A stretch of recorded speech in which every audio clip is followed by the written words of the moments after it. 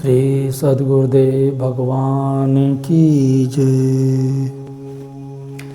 इस प्रकार से भोलेनाथ भगवान का परिचय बताते हैं कि वो प्रभु सब जगह है।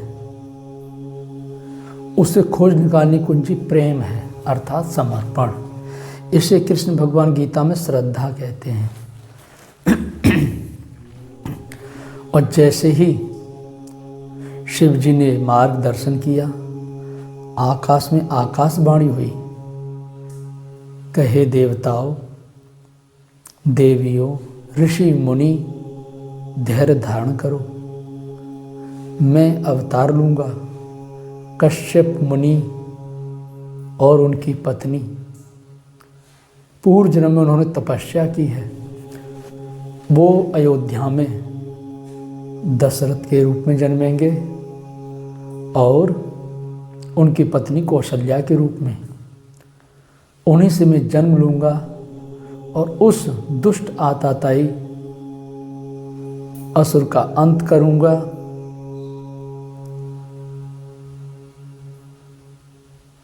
और सबको उसके आतंक से, अत्याचार से मुक्ति दिलाऊंगा। और सब लोग बड़े प्रसन्न हुए, बहुत खुश हुए। तो वास्तव में हम एक परमात्मा के प्रति पूर्ण समर्पण होकर के लगते हैं, प्रार्थना करते हैं, हमें मार्गदर्शन अवश्य मिलेगा। इसलिए तब भगवान शिव ने सबका मार्गदर्शन करते हुए कैलाश को चले जाते हैं। अब यहीं से हम विजयादशमी की तरफ बढ़ते हैं। राम जी का जन्म और रावण का अंत। जिस दिन रावण का अंत होता है वही विजयादशमी है। तो क्या है विजयादशमी? तो सर्वप्रथम राम का जन्म कैसे हो, ये जन्म क्या है? तो जैसा कि दशरथ जी की 3 रानी कौशल्या, कैकेयी, सुमित्रा, कोई संतान नहीं थी। दशरथ जी को बहुत गिलानी हुई और वशिष्ठ जी के पास गए। और दशरथ जी वशिष्ठ जी से कहते हैं कि एक बार भूपत मन माही, भय गिलानी मोरे सुत नाई। गुरु ग्रह गयो तुरत महिपाला, चरण लाग कर विनय विशाला। निज दुख सुख सब गुरह सुनायो, मुनि वशिष्ठ भवविद समझायो। धरो धीर हुई सुत चारी, त्रिभुवन भगत विदित भयहारी।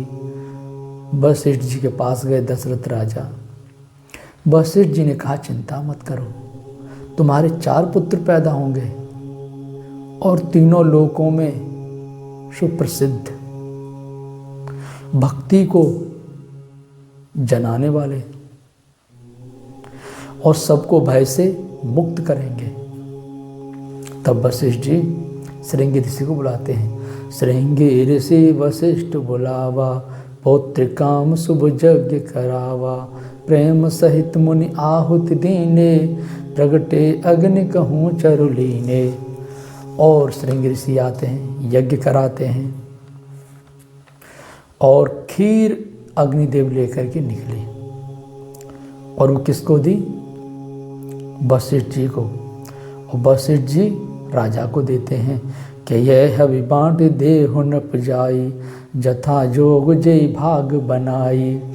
अर्ध भाग कौशल्य दीना, उभय भाग आदि कर लीना। के कई कहन बसो हो दयो, रहसो उभय भाग पुन भयो। कौशल्या के कही हाथ धरे, दीन सुमित्रा प्रसन्न मन करे। तो दशरथ जी ने वो खीर कौशल्या को दी। आधी कौशल्या ने ले ली, आधी कैकेयी ने। फिर दोनों ने अपने भाग से आधा आधा सुमित्रा को दिया। और तीनों रानी गर्भ से हुई। और जिस दिन से भगवान गर्भ में आते हैं उस समय वहाँ का माहौल क्या होता है, वहाँ का वायुमंडल क्या होता है। एहि विधि गर्व सहित सब रानी, भई हृदय हर्षित सुख भारी। जा दिन ते हरि गर्भ में आए, सकल लोग सुख संपत्ति छाए। जिस दिन से भगवान गर्भ में आए, सुख संपत्ति सब लोगों में छा गई। जोग लगन ग्रह वार थे, सकल भय अनुकूल। चरयरु अचरु हर्ष जित, राम जन्म सुख मूल। योग लगन ग्रह वार तिथि, चर और अचर जो भी जीव थे, जीव जगत में जो भी था, सबके अंदर प्रसन्नता छा गई कि हर्ष राम जन्म सुख। राम का जन्म सुनते ही सुख का मूल, सुख ही सुख छा गया। और वो क्या तिथि थी? नवमी तिथि मधुमास पुनीता, शुक्ल पक्ष अवजति हर प्रीता। मध्य दिवस यति शीत न घामा, पावन काल लोक विश्रामा। तिथि कौन सी थी? नवमी। महीना चैत का, दिन मंगलवार। ना तो गर्मी है और ना ठंडी है। मध्य दिवस और पावन समय। इस प्रकार से प्रभु राम का जन्म होता है। और जब इस जन्म को कोई भी गाता है, यह चरित जगावें हर पद पावें, ते न परैं भव कोपा। यह चरित जो भी गाता है, हरि का सुमरन करता है, भवकूप, भव माने होता संसार, वो संसार रूपी कूप में नहीं आता, कुएं में नहीं गिरता। इसी संसार को भवकूप, भव सरता, भव सिंधु कहा गया है। कि जैसे जैसे हम भजन चिंतन करेंगे, संसार का आयतन घटता चला जाएगा और अंतिम हो जाएगा गो के खुर के बराबर। गोपद, गोपद सिंधु अनल सर परहीं। जो भगवान के सुमिरन चिंतन में लगता है, फिर उसके लिए गाय के खुर के बराबर हो जाता है। पहले क्या है? ये संसार भव सिंधु, भव सिंधु अगाध परे नरते, पद पंकज प्रेम न जे करते। एक परमात्मा चरणों में अनुरक्त होकर के जो नहीं लगता है, वो भव सिंधु, इस संसार रूपी समुद्र में गिरता है। और वही जब भजन चिंतन करने लगता है तो भव सरता। तो जितना नदी का आयतन होता है, उतना ही है संसार। और भजन चिंतन अच्छा हुआ तो भवकूप। तो जितना ये कुआं का आकार होता है, कुएं का आकार, उतना ही संसार रह जाता है। और साधना उन्नत अवस्था में पहुंची तो गोपद, यानी गाय के खुर के बराबर। अब गाय का खुर कितना होता है? इतना सा पार हो जाते हैं। तो इस प्रकार से अब ये जो भगवान राम हैं, ये कैसे शरीर धारण करते हैं, किसके लिए? विप्रधैन सुर संत हित लीन मनुज अवतार, निज इच्छा निर्मित तनु माया गुण गोपार। विप्र माने ब्राह्मण के लिए, धेनु माने गाय के लिए, सुर माने देवता, संत, इन सबके हित के लिए कौन सा शरीर धारण करते हैं? मनुष्य शरीर। यही भगवान कृष्ण कहते हैं, अर्जुन हूँ तो मनुष्य शरीर आधार वाला, लेकिन मूल लोग मुझे नहीं जानते। वो अज्ञानी अविवेकी मुझे साधारण मनुष्य ही समझते हैं। तो वास्तव में जब भी भगवान धरती पर आए हैं तो मनुष्य रूप में ही, कोई अजीबो गरीबों के रूप में नहीं। और अवतार जो होता है योगी के हृदय में होता है। जो भजन चिंतन में लग गया उसके हृदय में होता है, बाहर नहीं। जैसा आप बाहर देखते हो, बाहर सुनते हो, देखने तो कम, सुनने को ज़्यादा मिलता है कि वहाँ अवतार लेंगे, वहाँ अवतार होगा, ये अवतार हैं। ना जाने कितने अवतार इस धरती पर अभी कलयुग में आ चुके हैं और अभी भी चल रहे हैं। लेकिन वास्तव में अवतारी पुरुष महापुरुष होते हैं, सद्गुरु होते हैं। जैसे राम थे, कृष्ण थे, बुद्ध, महावीर, तुलसी, रैदास, ये सब अवतारी पुरुष हैं। इन्हीं के द्वारा गाय, ब्राह्मण, सुर, संत सबका कल्याण होता है। निज इच्छा निर्मित तनु, ये अपनी इच्छा से ही शरीर का निर्माण करते हैं। माया गुणगो पार, जो माया और माया के गुणों से पार होता है, उसे माया अपने नियंत्रण में नहीं ला सकती। तो इस प्रकार से प्रभु श्री राम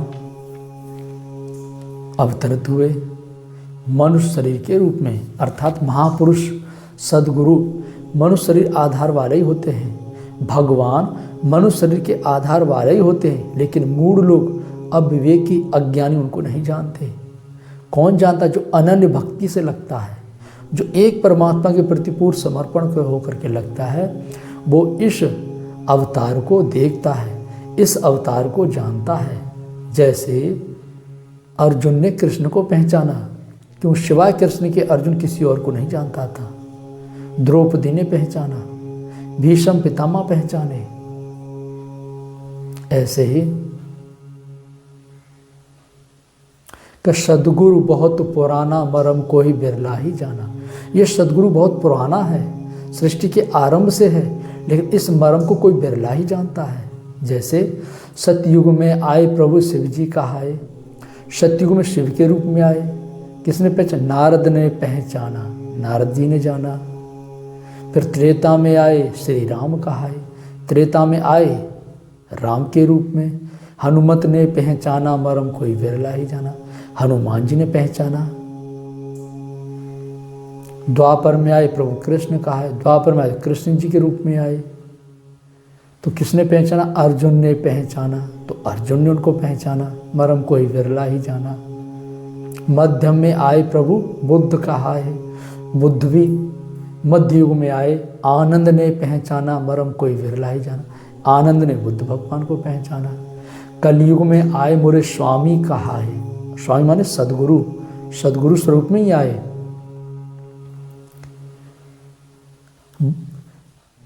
कलयुग में आए मोरे स्वामी कहा है, गीता लाए, यानी यथार्थ गीता लेकर के आए।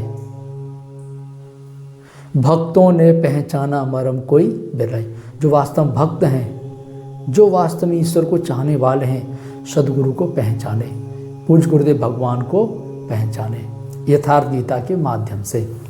तो देखो त्रेता में, सतयुग में शिव जी को पार्वती ने पाया, नारद जी ने जाना, और भी बहुत से ऋषि महर्षि हुए। तो ये तो एक तो प्रतीकात्मक है। नादरंस नारद, जो नाभि और कमल से उठने वाली धुन को पकड़ करके चिंतन में लग जाएगा, वो सदगुरु को पहचान लेगा। दूसरा तो पहला सतयुग, सत से संयुक्त वृत्ति ही सतयुग है। हमारे अंदर सात्विक गुण है, नादरंस नाभि कमल की धुन को पकड़ चिंतन में लगे हुए हैं, वो सदगुरु को पहचान लेगा। दूसरा त्रेता में हनुमान जी, जो मान अपमान से रहित होकर के वैराग्यपूर्ण हृदय से सत रज तम तीनों गुणों का त्याग करके चिंतन में लगेगा, वो राम के स्वरूप को पहचान लेगा, अर्थात सदगुरु को पहचान लेगा। शिव राम एक ही है। कृष्ण द्वापर में हमारे द्वैत भाव रहता है, ये सही कि वो सही।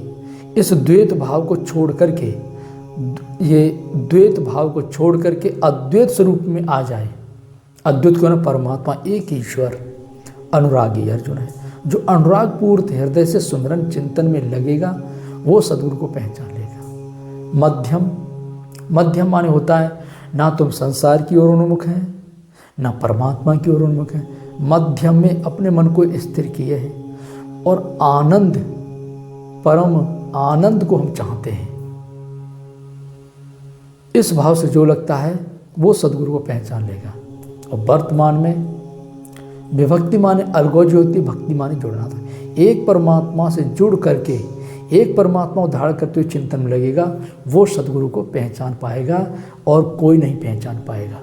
जिसने भी सदगुरु को पहचाना है तो यही पहचानने की कार्य प्रणाली रही है, जैसा कि हमने बताया।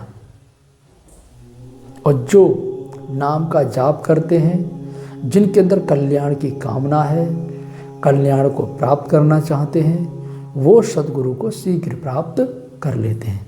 और सदगुरु ही मेन गेट दरवाज़ा है, परमात्मा परम धाम है। बगैर सदगुरु के कोई भगवान को नहीं पा सकता। जैसे हनुमान जी के द्वारा विभीषण को राम जी का दर्शन हुआ, नारद जी के द्वारा पार्वती ने पाया, और अर्जुन के द्वारा द्रौपदी, कुंती, सब पांडवों ने पाया। तो इसी प्रकार से परमात्मा परम धाम है तो सदगुरु मेन गेट दरवाजा है। अब राम जी का आध्यात्मिक स्वरूप क्या है, अब इसी की ओर हम धीरे धीरे